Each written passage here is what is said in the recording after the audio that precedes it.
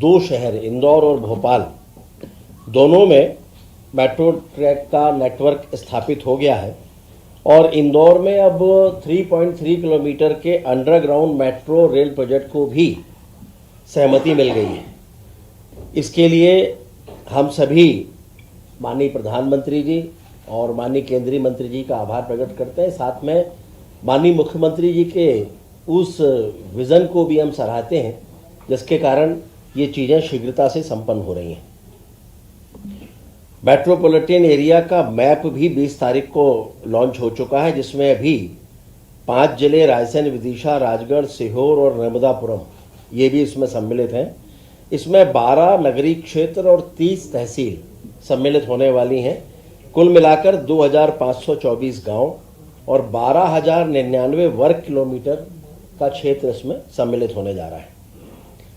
Medical college जो PPP आधारित हैं, इनका भूमि पूजन भी माननीय नड्डा जी जो हमारे राष्ट्रीय अध्यक्ष भी हैं और केंद्रीय स्वास्थ्य मंत्री हैं, उनके द्वारा 23 तारीख को ये होने जा रहा है। और पहले चरण में धार में पूर्वान्ह में भूमि पूजन और अन्य विकास कार्यों का लोकार्पण करेंगे और उसके बाद बैतूल जाएंगे और बैतूल में भी मेडिकल कॉलेज के भूमि पूजन के साथ अन्य विकास कार्यों के भी भूमि पूजन और लोकार्पण वो करने जा रहे हैं। एक ही दिन में 2 जगह, एक ही दिन में 2 में। सर मेडिकल कॉलेज कितने? 2 हैं। 2 हैं। कल ही हो रहा है 23 तारीख को। और वृंदावन ग्राम के संदर्भ में आप सभी को विदित है ही कि ये भी एक बड़ी महत्वपूर्ण योजना मध्य प्रदेश सरकार ने प्रारंभ की है। इसमें ऐसे ग्रामों का चयन हो रहा है जिनकी जनसंख्या लगभग कम से कम 2000 हो और जहां गोवंश कम से कम 500 हो और इसमें स्थानीय प्रशासन के द्वारा प्रभारी मंत्री की अनुमति से विधायक से परामर्श के उपरांत ही इनका चयन किया जा रहा है। 230 में से 193 विधानसभा जो ग्रामीण हैं उनमें इनका चयन हो चुका है। 37 अभी बाकी बची हैं। गायों की संख्या के आधार पर चयन हो रहा है। गायों की संख्या और वहाँ की आबादी लगभग मिनिमम 2000 और गोवंश कम से कम 500 उसके आसपास होना चाहिए। आबादी का 2000। माननीय गृह मंत्री जी का हमारे मध्य प्रदेश के लिए ये गर्व की बात है कि माननीय गृह मंत्री जी अमित शाह जी का 25 तारीख को श्रद्धेय अटल बिहारी वाजपेयी जी की जयंती के अवसर पर ग्वालियर और रीवा 2 स्थानों पर उनका आगमन हो रहा है। ग्वालियर में प्रातः 11:30 से दोपहर 2 बजे तक वो रहने वाले हैं।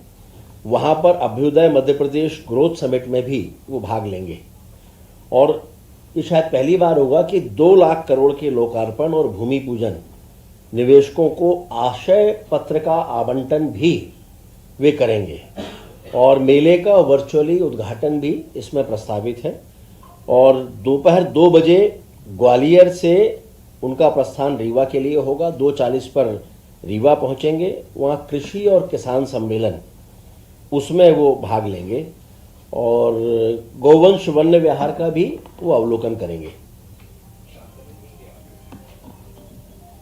कैबिनेट में आज ये भी चर्चा हुई है, माननीय मुख्यमंत्री जी ने निर्देशित किया है कि अलग अलग प्रदेश के जिलों में जितनी भी महत्वपूर्ण समितियां हैं जिनकी अध्यक्षता प्रभारी मंत्री करते हैं, उन सारी समितियों का गठन भी जिलों में चर्चा उपरांत हो जाए और उनकी बैठकें वो भी जहाँ जहाँ प्रभारी मंत्री की उपस्थिति में होने वाली हैं, जैसे रोगी कल्याण समिति है, जिला शहरी अभिकरण है और वृंदावन गांव अनुसरण समिति है, जिला विकास सलाहकार समिति है, इनकी बैठकें भी लगभग सभी जिलों में हो जाएं और जिन समितियों में मनोनयन होना है उनके बारे में भी आज ये निर्णय हुआ है कि शीघ्र उनमें मनोनयन भी हो जाएगा। आज कैबिनेट में जिन विषयों पर सहमति दी है उसमें मुख्य रूप से है बड़वा धामनोद मार्ग का जो अभी 2 लेन है, ये 4 लेन रूट के रूप में हैम के अंतर्गत इसका उन्नयन होने वाला है। ये लगभग 2 NH को जोड़ने वाली है और उसके साथ साथ महेश्वर और जैसे प्रमुख स्थान उसको भी इसके माध्यम से कनेक्टिविटी मिलने जा रही है। ये MPRDC के द्वारा इसका निर्माण किया जाना है और महत्वपूर्ण बात यह है कि इसमें केवल 60% राशि का संचालन ये 15 साल की अवधि तक सरकार को देना होगा और अभी मात्र उसमें 900 करोड़ रुपए के आसपास की राशि होगी जो दी जाएगी। बाकी 15 साल किस्तों में दिया जाएगा और इसमें आने वाले समय पर जो टोल नाके होंगे वो भी मध्य प्रदेश सरकार के द्वारा ही संचालित होंगे। तो अपने आप में अत्यंत महत्वपूर्ण ये रोड का निर्माण हो रहा है। अभी गति सीमा लगभग वहाँ पर होती है 30 किलोमीटर के आसपास। ये बनने के बाद ये हो जाएगी 100 किलोमीटर प्रति घंटे की स्पीड होगी। तो स्वाभाविक रूप से उस पूरे क्षेत्र को इसका अत्यंत लाभ मिलने जा रहा है। लगभग 2500 करोड़ के आसपास है, लगभग 63 किलोमीटर है। ब्याज भी बहुत देना पड़ रहा है नहीं, आपको 15 आज के समय में आपको 15 साल में पैसा देना है तो स्वाभाविक है कि आप उतना कभी भी ये विकास का जो मॉडल है मॉडल ये पूरे देश में अपनाया जाता है, दुनिया में अपनाया जाता है। हाइब्रिड एन्युटी मॉडल है और इस मॉडल के अंतर्गत हम विकास के कार्य कर सकते हैं क्योंकि कई बार बजट की अपनी सीमाएं होती हैं, लेकिन मैं हमेशा से मानता हूं कि विकास कार्यों की सीमाएं नहीं होती, उनकी निरंतरता बनी होती है और दोनों के साथ तालमेल बनाना है तो अपने बजट में ही जो निर्धारित बजट है उसी में अधिकतम विकास के कार्य आप कर सकें, ये आवश्यक है। लेकिन इन 15 सालों में आप ये भी विचार करिए, रोड का मेंटेनेंस भी उसी को करना होगा जिसको ये काम होगा। 15 साल तक इस रोड का पूरा रखरखाव भी उसी के जिम्मे आएगा। तो सरकार का भी बहुत बड़ा पैसा इसमें बचने वाला है। सर 60% कौन देगा? गवर्नमेंट देगी। मतलब 60 और 40% का मतलब है कि 40% अभी देंगे, 60% 15 वर्षों में किस्तों में देंगे, ये ऐसा है। 19 करोड़ रुपए जीएसटी का। ये तो जीएसटी तो सारे कार्यों में आप उसको ऐसा मान के चलें कि जीएसटी तो सभी कार्यों में सम्मिलित है ही।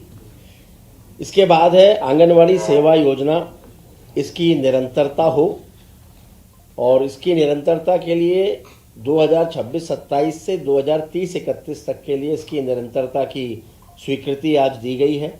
इस योजना में आंगनवाड़ी सेवा योजना जिसमें पूरक पोषण आहार कार्यक्रम, शाला की पूर्व शिक्षा, आंगनवाड़ी भवन निर्माण, सक्षम आंगनवाड़ी सहित पोषण अभियान, किशोरी बालिकाओं के लिए योजना और आंगनवाड़ी कार्यकर्ताओं का प्रशिक्षण, ये सब भी इसमें सम्मिलित है।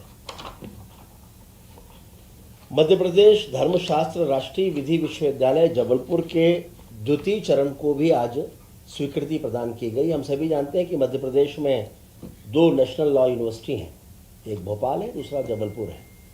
तो जबलपुर में जो उसका सेकेंड फेज है और इसके जो कुलाधिपति होते हैं वो स्वयं chief justice of Madhya Pradesh होते हैं, तो उसके लिए अतिरिक्त राशि लगभग 197 करोड़ रुपए ये भी इसके लिए स्वीकृत कर दिए गए हैं, जिसमें एडमिनिस्ट्रेशन ब्लॉक, एकेडमिक ब्लॉक, कुलगुरु और कुल सचिव के आवास और 12 multi storey staff quarters, campus की बाउंड्री वॉल, ये सब भी इसके अंतर्गत बनेंगे।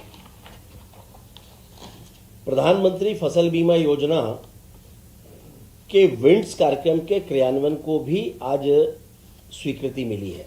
विंड्स है weather information network and data system, ये सभी जगहों पर स्थापित होना है और इसके अंतर्गत प्रत्येक ग्राम पंचायत में एक ऑटोमेटिक रेन गेज और प्रत्येक तहसील में एक ऑटोमेटिक वेदर स्टेशन ये स्थापित किए जाएंगे ताकि मौसम के जो हाई क्वालिटी के उच्च गुणवत्ता के आंकड़े हैं ये एक सिंगल डिजिटल प्लेटफॉर्म पर भारत सरकार को उपलब्ध हो सके और उसके आधार पर भविष्य की बहुत सारी योजनाएं इसके आधार पर तय हो सकेंगी। तो डाटा सेंटर मुख्यालय क्या रखेंगे?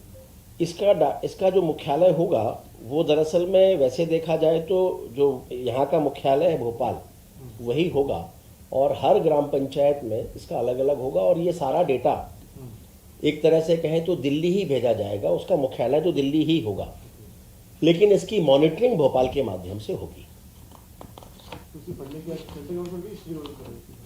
सेंट्रल गवर्नमेंट से उसके सहयोग मिल रहा है और उसके सहयोग के बाद में 5 वर्षों की योजना पर लगभग 434 करोड़ रुपए संभावित व्यय है, जिसमें राज्य का जो अंश है वो लगभग 147 करोड़ है, बाकी का केंद्र सरकार उसमें मदद कर रही है। तो ये वो मुख्य विषय थे आज की कैबिनेट के जो आपके सामने रखे गए हैं।